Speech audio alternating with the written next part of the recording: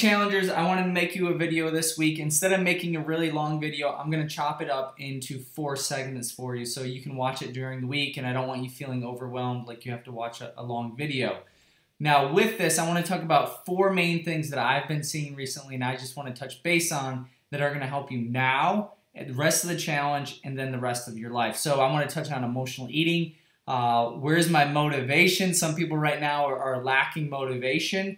Talking about food prep, what food prep should be and what it shouldn't be, and then also being able to realize that in order to have the good, we must accept the bad. But this first video, we're going to touch base on emotional eating. Recently, I was at an event, and the guy that shot Osama bin Laden was standing literally 10 feet in front of me, and he was talking about how you survive BUD/S training. BUD/S training is absolutely intense. That's to become a Navy SEAL, you must go through BUD/S, and it's 6 to 8 months of literally just torture and trying to tear you down and trying to get you to quit. Now, an instructor, before they went into BUD/S training, the instructor came in and talked about how do you survive BUD/S, and one of the things that he told them to do is never quit in the moment. Now, in order to quit BUD/S, literally all you have to do is tap out, ring a bell, and you're done. The torture ends, and you can move on with your life. So they make it actually really simple for you to quit and give up. You just got to ring the bell, and you're done.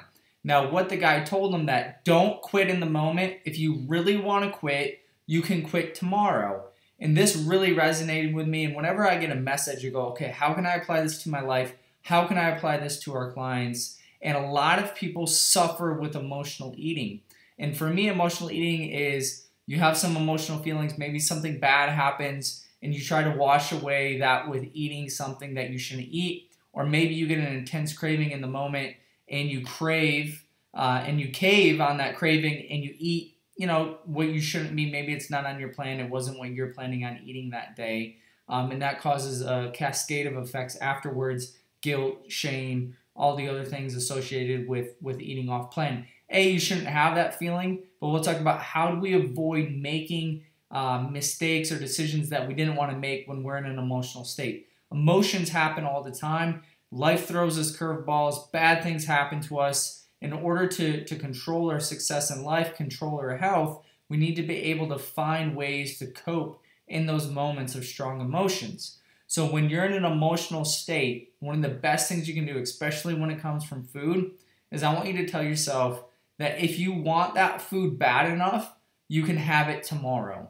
So the reason you do that is because if you do it in the moment, you're not going to make the right decision. You're not going to make the decision that you really wanted to make. Has anyone ever told you things in the moment? Maybe they get really emotional, really upset, and they say things that they regret after the fact. And if they would have let the emotions go away, get out of that state of whatever is causing that, they never would have said that. But in that state of emotion, people say and do stupid things all the time.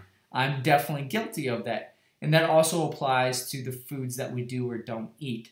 So in that state, the important thing is let's not make a long-term decision on temporary emotions. And that is a quote I absolutely love.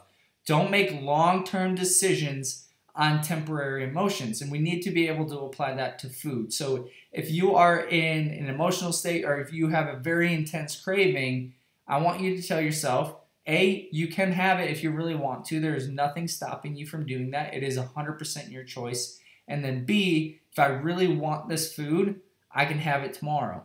So after a good night's sleep, typically we wake up in a much different state. How we felt when we were in that emotional state goes away, and we're much more likely to make a logical decision versus an emotional decision. So if you really want the food, you can have it tomorrow. Okay, tell yourself that. So when you're in that intense emotional state and you really want something or you have a craving, say, if I really want this, I will eat it tomorrow. And then if you wake up the next day and you're still craving it and you still really want it, by all means have it, enjoy it, eat it in moderation, and move on.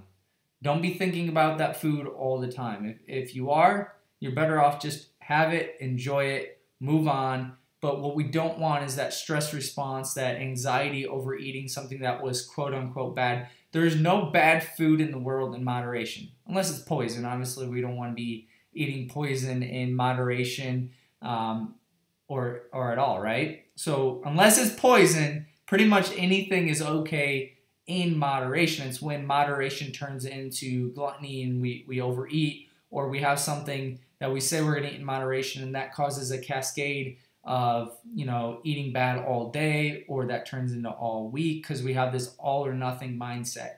We really need to get out of this all or nothing mindset. So you always have a choice. There is no such thing as a good food or a bad food. You can also gain weight on good food too if you overeat it. So that's a myth. So we need to get over that.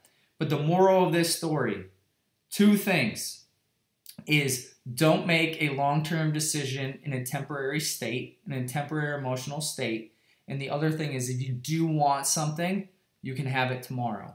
So I hope this message finds you well. This is something that if you apply this to so many things in your life, you're going to have dramatic success. And you're not going to allow the emotional roller coaster to sabotage you. Okay? All right. Hope that helps. If it did help, I would love to hear your biggest takeaway down below. Other than that, I hope you have a great weekend. You're prepping, you're staying focused, and you're ready to attack week 4.